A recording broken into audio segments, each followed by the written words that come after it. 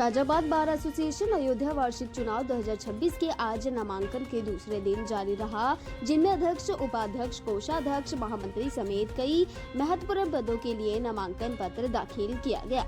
वहीं कल 24 दिसंबर को नामांकन का आखिरी दिन रहेगा और नामांकन पत्रों की जांच के बाद नाम पत्रों की वापसी भी होगी, जिसमें आज नामांकन पत्र दाखिल करने वाले अधिवक्ता प्रत्याशियों में अध्यक्ष पद पर बब्बन चौबे, महामंत्री पद पर अजय कुमार श्रीवास्तव, महामंत्री शैलेंद्र कुमार जायसवाल, संयुक्त मंत्री द्वितीय पद पर पीयूष में त्रिपाठी, उपाध्यक्ष रणधीर यादव, कार्यकारिणी बी कौशल कुमार, कार्यकारिणी सी अमित कुमार वर्मा, कार्यकारिणी सी गोपाल त्रिपाठी आज नामांकन पत्र दाखिल किया गया। सोमवार को अध्यक्ष पद पर कालिका मिश्रा, उपाध्यक्ष पद पर राजेश कुमार उपाध्याय ने नामांकन किया। इस दौरान सभी अधिवक्ता प्रत्याशियों ने प्राथमिकता बताई। उन्होंने कहा कि कई समस्याओं को लेकर हम चुनावी मैदान में उतरे और हमारे अधिवक्ता भाइयों की कुछ समस्याएं, इन सब समस्याओं को लेकर उनकी लड़ाई लड़ने का काम करेंगे। भैया जी, पहले तो आपको मैं अपना नाम बता दूं। मेरा नाम पीयूष में त्रिपाठी है। मैं जथा नामे तथा गुणे की परिकल्पना को साकार करने की कोशिश में हूं और शुरू से मेरा एक ही स्वभाव रहा है कि मैं सद्भावी, समप्रेमी और सद्विचारी रहा हूं। मैं संयुक्त मंत्री द्वितीय का प्रत्याशी हूं, जिसको कहा जाता है पुस्तकालय प्रभारी। हम पढ़ने में अपने आप को हमेशा विद्या व्यसनी रहे हैं और विद्या व्यसनी होने के नाते लाइब्रेरी की हर वो सुविधा जो हमारे अधिवक्ता को मिलनी चाहिए, जो किताबें पढ़ने योग्य हैं, उन सब पुस्तकों का मैं संचय करके अपनी लाइब्रेरी में सुसज्जित करूंगा। इसी परिकल्पना के साथ आप अधिवक्ताओं से आग्रह है कि मुझे जिताएं। और हमने अध्यक्ष पद के लिए नामांकन किया है। प्राथमिकताएं मैं पहले भी आप लोगों को बता चुका हूं। इस बार में जो परिक्रमा हो रही है उसको समाप्त करना, बार के भ्रष्टाचार को उजागर करना और जो बार में इस समय भाषणबाजी और चापलूसी चल रही है, इस पर विशेष ध्यान देना। दूसरी चीज, बार में एक सबसे बड़ी जो समस्या है यूरिनल की है, उसमें भी सुधार का पूरा प्रयास होगा। और मेरी सबसे बड़ी प्राथमिकता ये रहेगी कि जो हमारे नए लड़के रजिस्ट्रेशन के लिए आते हैं और 15,000 की बात आती है, उसको 5,000 से और 2,000 के बीच में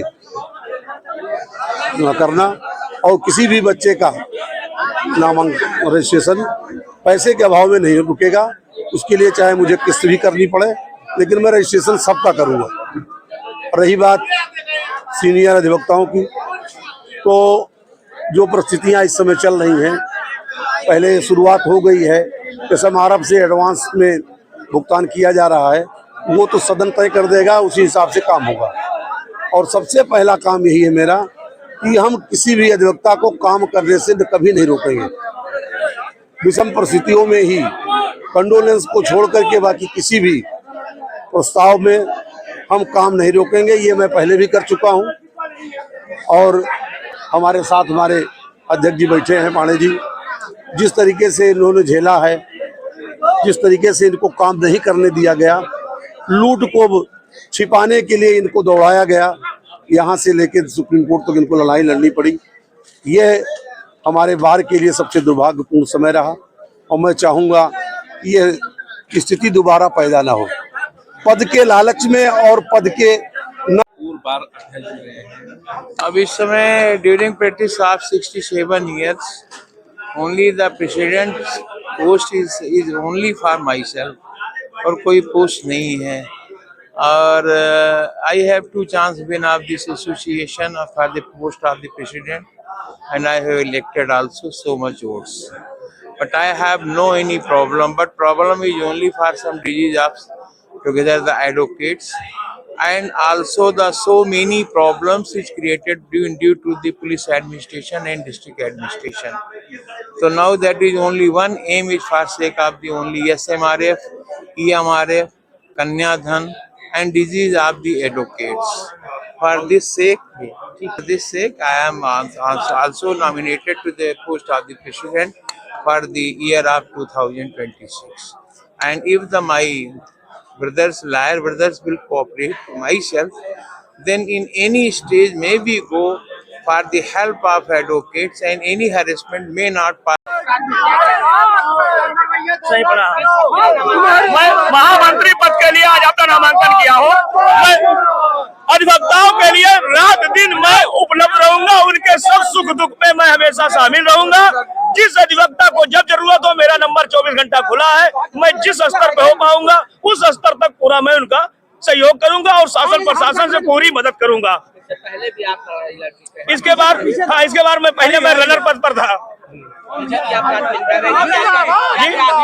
कोई सारे जो समस्या क्या देखिए बहुत सी समस्याएं हैं, उसका निराकरण हम लोग शासन प्रशासन से मिलकर अपने अधिवक्ता भाई और बहनों से मिलकर उनका निराकरण कराया जाएगा। की बात करें तो उनके लिए क्या रहेगा जी अच्छा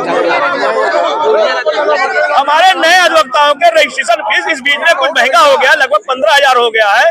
मैं अगर चुन जाता हूं तो मैं नए अधिवक्ताओं के फीस की व्यवस्था को कम करूंगा और उनके बैठने के लिए समुचित शेड का निर्माण कराऊंगा। महिलाओं के भी लिए अलग से एक शेड निर्माण कराया जाएगा।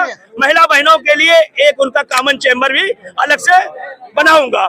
जो अधिवक्ता है उनके लिए क्या रहेगा? बुजुर्ग अधिवक्ताओं के लिए यह है कि जो अधिवक्ता 60 साल के ऊपर हो चुके हैं, मैं उनके जो 5 लाख जो मिलता है मृत्यु उपरांत मिलता है, मैं उसके मृत्यु के पहले उनको 50% धनराशि देने का प्रावधान निश्चित करूंगा। क्या बच्चा अपील करेंगे? अधिवक्ता भाई मुझे सहयोग करें।